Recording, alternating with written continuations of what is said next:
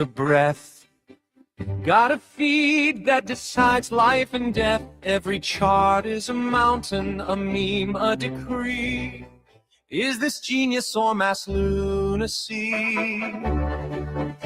Stroll with me down this wild mentality, where a frog with sunglasses screams we're early endlessly. Oh, see, bulls and bears and fantasy, every post's a prophecy. It's nothing made to be. If you want to read what passes for a master plan, simply click and flick your thumb across this broken land. Want to know which way the winds of crypto might just be? Go scroll me. One says up, only friends. Next says this is how it ends. Someone's calling the top, someone's buying the dip, someone's typing a thread as their last relationship slips. Scroll with me through the fear and ecstasy, where a chart in crayon gets 1,000 hearts for free. You'll see every hot take, every plea. I was right in 23. Trust the line, ignore the spreadsheet. If you want to gauge if hope or panic's in command, if they're building castles or just castles in the sand, want to test if we're all early or just fantasy? Slow with me. Is it signal? Is it noise? Are we traders? Are we toys? Every candle, every coin is a cult you can join. Scroll with me, let the chaos be our key. Read the mood like it's a map to some great mystery. You'll see faith and doubt and harmony. I'm all into, I'm set free. In one day, in one same tweet. If you want to know if folks are brave or out of time, if they're quietly convicted or have simply lost their minds, then my friend, you found the perfect place to start this stream. So scroll with me.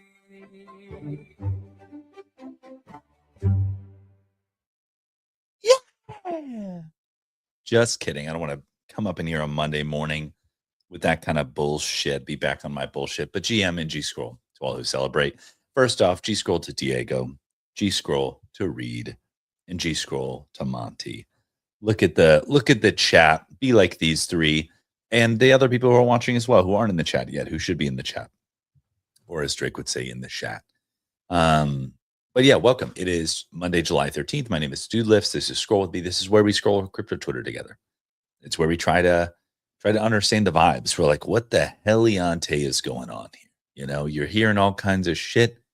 You're hearing that you need to be buying NFTs on Robinhood chain. You're like, is that true? Am I late? Yes. What do I do? What do I do from here? So that's what we're going to figure out together. Let's jump into the timeline. Let's see what's going on in this Monday morning. And let's see how our week's going to be. You know, we've got Thread Guy here off the top. Diego says Pokemon cards on Jupiter. We're going to get there. We're going to get there. And then Iran USA escalation. Inside every man, there are two wolves, you know? So Thread Guy, just pull up Dex Screener before Trading View to check the charts on morning. Times are changing. I mean, he's not wrong. He's not wrong. He's not. But let's move on to Collector Crypt here. Collector Crypt is proud to partner with Jupiter Exchange. Together, we're bringing real graded Pokemon and One Piece cards fully on chain through Jupiter Gacha. More collectors, more collectors, more liquidity, more ways to find your next grail. Man, if I had $1 for every time a marketing team, including your boy, threw down the 3 mores and was like, damn, that triple rule of 3 plus the more is going to hit so hard. Sorry, it's a little bit of inside baseball. But alas, I actually saw some people kind of like complaining about this. And they were like, oh, so basically this is just Collector Crypt with extra fees. And I'm like, yeah, That's the whole point. I've been saying this. I don't hold any cards. I have no skin in the bag. I have no bag in the game, if you will. Yeah, so like I've been saying this. I've been calling this. You faded me, bro. No, I've been saying this is like the ideal outcome is that Collector Crypt is a protocol. Honestly, people probably should stop using the Collector Crypt app. That is actually the ideal outcome. Is like nobody knows what Collector Crypt is. Collector Crypt becomes a a Pokemon or a TCG tokenization infrastructure play, right? And then all of these front ends can build on top of it. Permissionlessly would be the key. Is they could just like tap in, right, and just be like, boom, like, oh, I think I have a distribution network. I'm an influencer. I have an audience. They enjoy TCG. I'm going to create a custom experience just for them using vibe coding and the Collector Crypt API. Essentially, that is the ideal outcome. That is cryptocurrency. That is permissionlessness. That is protocols. That is tokenization. It's on chain. It's provable.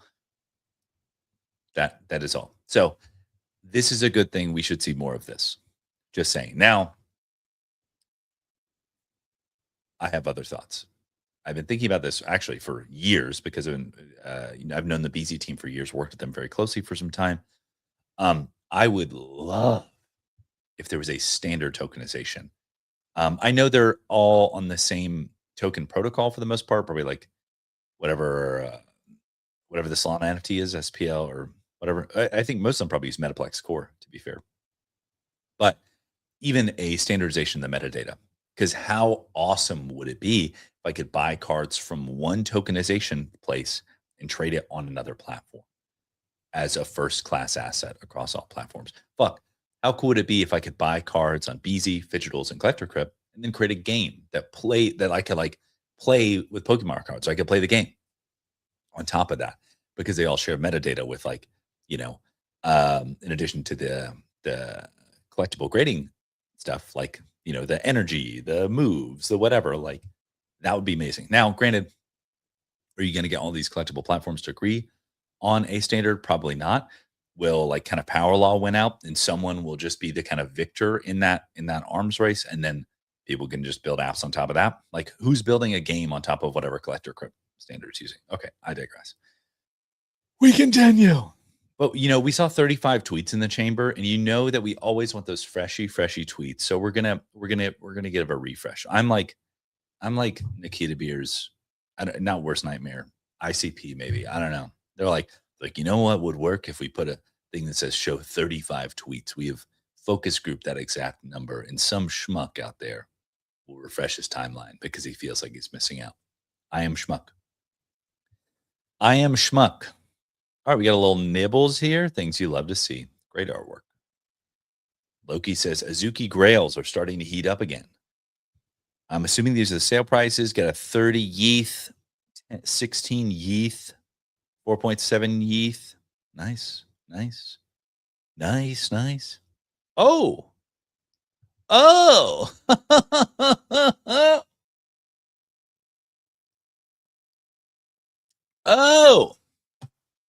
Icy Gaming says, I think we've officially jumped the shark. Oh, alas, my friend, I would beg to differ. And I just wrote my whole treatise, my thesis above on this. Yeah, I don't think it's shark jumping at all. Now, granted, does like the market cool down and yada yada, maybe. But I would say that this is the beginning for like infrastructure. Granted, is like the gotcha meta or whatever. But the beauty of it is that once these cards are on chain, you can do infinite things with them. It doesn't just have to be gotcha. Like it doesn't just have to be gambling on these cards. Like you could do use your imagination, like all kinds of things. Have a fucking virtual card show for all I care about. Have little like booths and vendors and shit in the fucking metaverse. I don't know. But the thing is like, yeah, this does not represent jumping the shark. This is, like I said, this is the ideal outcome for this kind of stuff. So granted, does the market cool off? I don't know. Like I'm no Pokemon TCG market expert, but I would certainly not say that a massive protocol using a permissionless one massive protocol using a permissionless implementation, not truly permissionless, but ideally of another protocol, that's jumping the shark. Absolutely not. Absolutely not. Froth me mentioned. All right. Shout out to Spenders Club for sending me this killer box of goods. Oh, dude, I've been rocking. Oh yeah, you got the USDC drop the money T-shirt. God, that's one of my favorites. I wear it all the time. That's awesome. Very cool. Oh, we got Reed with the best GMs in the game. You know the vibes. All right, let's see. Lambo Land. We listen when Lambo Land speaks. Said it is financially 1,000% smarter to invest in yourself than the S&P 500. Huh. Yeah, that's interesting. Yeah, I'm curious about that. Like, because there's that guy, like the investor guy, the thread guy interviewed, who's like Chris Camillo, I think his name is like the only way to make it is by investing. Yeah, I'd be curious, like, because I guess at its core, investing is essentially gambling, putting out money that you believe that someone else is going to succeed. But what does that say about yourself? Maybe there's a humility in knowing that like this motherfucker is smarter than I am. Like maybe there's some humility in that. But also, yeah, like what would happen if you spent that time and effort kind of honing your own skills or upskilling yourself? Akila says, yeah, that makes no sense. Yeah. Yeah, I mean, as impactful as one human being can be, there is certainly limitations there. And maybe there's some like really interesting kind of math of like, if you have this money, like, you can only improve yourself to this degree with this amount of money and time. And so you're actually like, is investing leverage of your own money and time, if that makes sense. So I get what he's saying here, but I think that's probably like mathematically incorrect. Does it mean that you shouldn't improve yourself? Like, no, you should definitely like upskill yourself for sure. But then again, is improving your ability to invest, is that upskilling yourself? Fuck. And time is a flat circle. All right, there we go. And Iculus in the chat. Iculus always comes in the chat, just kind of in things we love to see. All right, here we go. I imported my Claynosaurus collectibles account to Soulflare, and my cards look so good. Ooh, interesting. Maybe I ought to do that. All right, what do we say? This is Kill Bill here. Iculus with the salute. We salute our G scrollers. Sure, Kill Bill is a violent movie, but it's a Tarantino movie. You don't go see Metallica and ask the motherfuckers to turn the music down. Yeah, that's fair. That's fair. All right, we get January 2026. There's no better time to build your own product with AI. The barrier has now never been lower. July 2026. Bridge of Robin Hood to chase the next 1,000x runner. What? Yes. And this is how we build. This is how we build. And then we'll come back. The thing that I'm interested to see, and I think I was talking about this last week, is I think I was talking about this in relation to meme coin bag working last week, about how like just AI content has increased the ability of the bag worker to bag work. I'm curious with as more chain implementations happen, even like Tempo, Arc. I know those are kind of permissioned, but Robinhood is a good example. Robinhood is EVM, it's Arbitrum, it's whatever. There's a lot of like existing tooling out there, like how quickly people can spin up protocols and interesting stuff and just like ship faster. I think BankerBot, Kona DeFi, or Kitty Punch, like those are good examples in the way that I think like OpenSea even, they're all just like, yep, we integrated Robinhood, but I'm even more interested if people start shipping interesting products, like people start pushing the boundaries because they can just essentially vibe code it, right? They're just like, fucking, I'm going to ship the weirdest, NFT finance DeFi protocol Ponzi game that's ever been seen because I can build it myself. Yeah, I'm very interested to see that. Let's keep going. Wow. The fish are reviewing humanity. Whoa. What the heck? Elon Musk SpaceX hits post IPO low, falling under $140.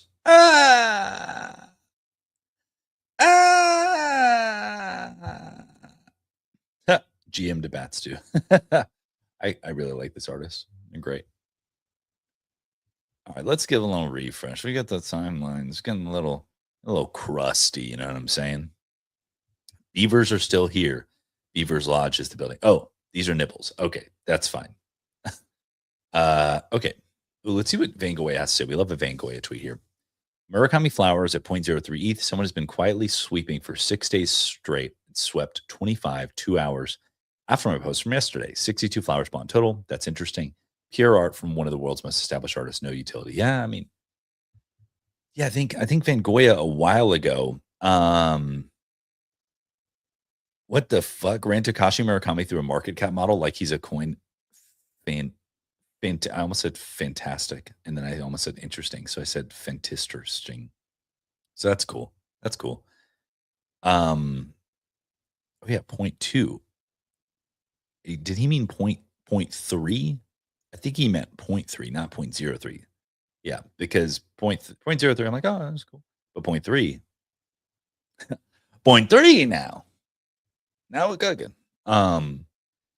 Yeah, I remember a while ago someone saying kind of like, yeah, Murakami's artwork sells for bajillion dollars physically. Why aren't his NFTs worth more?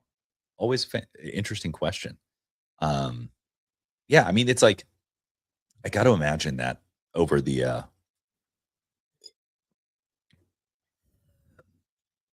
I got to imagine over the long term. And I think I wrote an article about this. LOL, shilling my own article. That over the long term, right, as artists continue to become more popular, they cement themselves in kind of popular culture over the long term. You know, Murakami being one of them. Like I think about a Picasso, a Van Gogh, whatever. It's like I got to imagine that people would buy anything that Picasso touched, a sketch, a fucking weird piece of pottery that he did because he made a bunch of those, like just all kinds of shit. And I got to imagine that as digital collecting becomes more accepted and just kind of part of mainstream life, and it already is, whether you believe it or not, it just already is. Sorry. You go to Fanatics Fest, you go to, all this stuff. They have digital collecting panels. They're talking about it. It is becoming a part of everyday life. That people wouldn't just be like, oh, Murakami put a bunch of art on the internet that I can buy. I'll buy that. That has some value. Ikula says, saw an amazing Murakami at the Art Institute of Kai. Last week was massive on the wall. Yeah, but that was pretty cool. I think he posted about seeing a Mondrian also, which is really funny, of course. All right, here we go. Andrew Forte says, every cycle we see the same thing. Part of CT complains about everything and misses out. Winners continue to win, adapting to new games. Most undervalue small GCs and overvalue large ones. All true. All true. Damn. Andrew's reminded me, I made one video. It was about 10,000 tokens, and it was like 10,000 tokens if we both have CTE describing. I should have done Robinhood chain, but that chain wasn't that confusing, but maybe it's worth doing, that type of content. I don't know. You'll see more content from me. I'm back on my content shit. Back on my shit. Back on my bullshit. Let's see here. Oh, what do we got for Ippy? GM. Hope everyone had a nice weekend. Full day ahead between work and dad mode. Looking forward to going live. Dude, shout out to Ippy.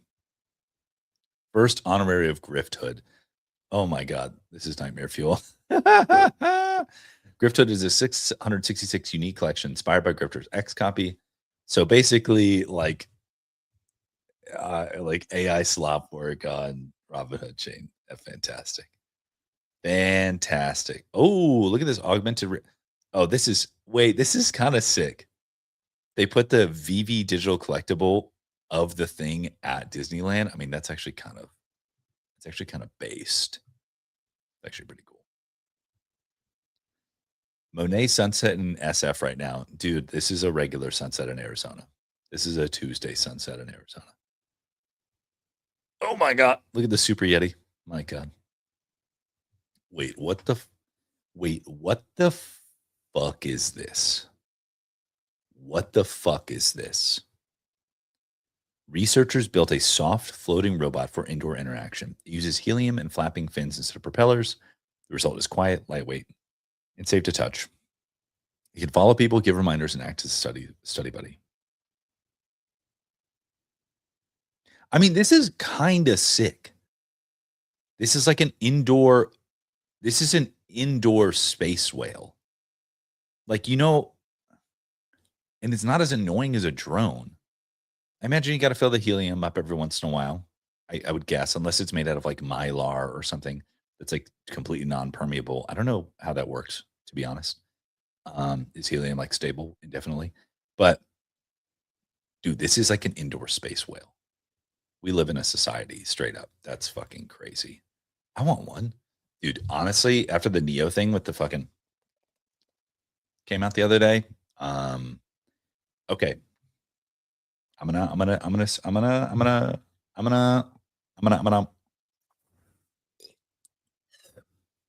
spill the beans. I didn't order the robot, just for what it's worth. But I was thinking about this. Mrs. Doodlips and I were kind of talking about like, because I think they have it at like $500 a month, and we're like, but I was trying to figure out, could I create $500 a month out of value out of this robot? And I started thinking about it. I was thinking about, videography and vlogging and traveling and shooting content and stuff like that. And I was like, you have a tripod, and a really good tripod's very expensive. I don't have any very expensive tripods. I have like fucking Amazon tripods, but they're expensive. They're obviously static, whatever. I'm like, what if you used a fucking Neo robot, like a vlogging cinematographer, and it just followed you around and like shot content. You trained it on how to do certain shots and like things like that, what to look for, how to, focus, zoom, all this kind of stuff, the composition, the framing. I was like, that would be kind of insane. Because you think about like Marquez Brownlee, like MKBHD, some of these people have trained like robotic arms to shoot videos for them. They're obviously in office, they're massive, they're expensive. But if you could do that mobily, because I'm like, that's a large blocker. I just use the word blocker in seriousness. I'm gonna fucking cut off my toe. A large thing that gets in my way with shooting vlogs is like you have to do the fucking, you know what I mean? It's like and then I've had it before where like people like True from Web3, come with me to events and stuff like that. It's really awesome.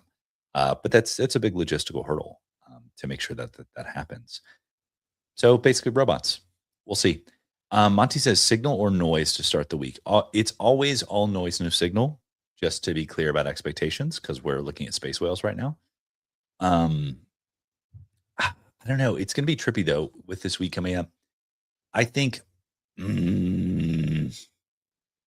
we've essentially got Ansem. We've got Cash Cat, right, on Robinhood, plus all the microcaps on Robinhood. I saw a tweet from ICO Beast this morning that says like, oh, the NFT guys are trading Robinhood. We're cooked. And I'm like, that is kind of true. I'm curious if we speed run Robinhood into the fucking ground really fast or if it has some staying power. Yeah, I'm really curious what that looks like. But what I will say is I did see another tweet from Duca from Awaken Tax, and he said like, I'm seeing realized P&Ls in the millions. So from Robinhood. So I'm like, there is a real wealth effect being created from the Robinhood pump. So it'll be interesting to see if that stays on chain. And if so, where that goes. So yeah, wherever there's a real wealth effect, there will be something interesting happening. It'll be just curious how long that lasts, right? Or if the people who, generated some value take that off chain and like go buy watches in Miami. And I don't know, who knows?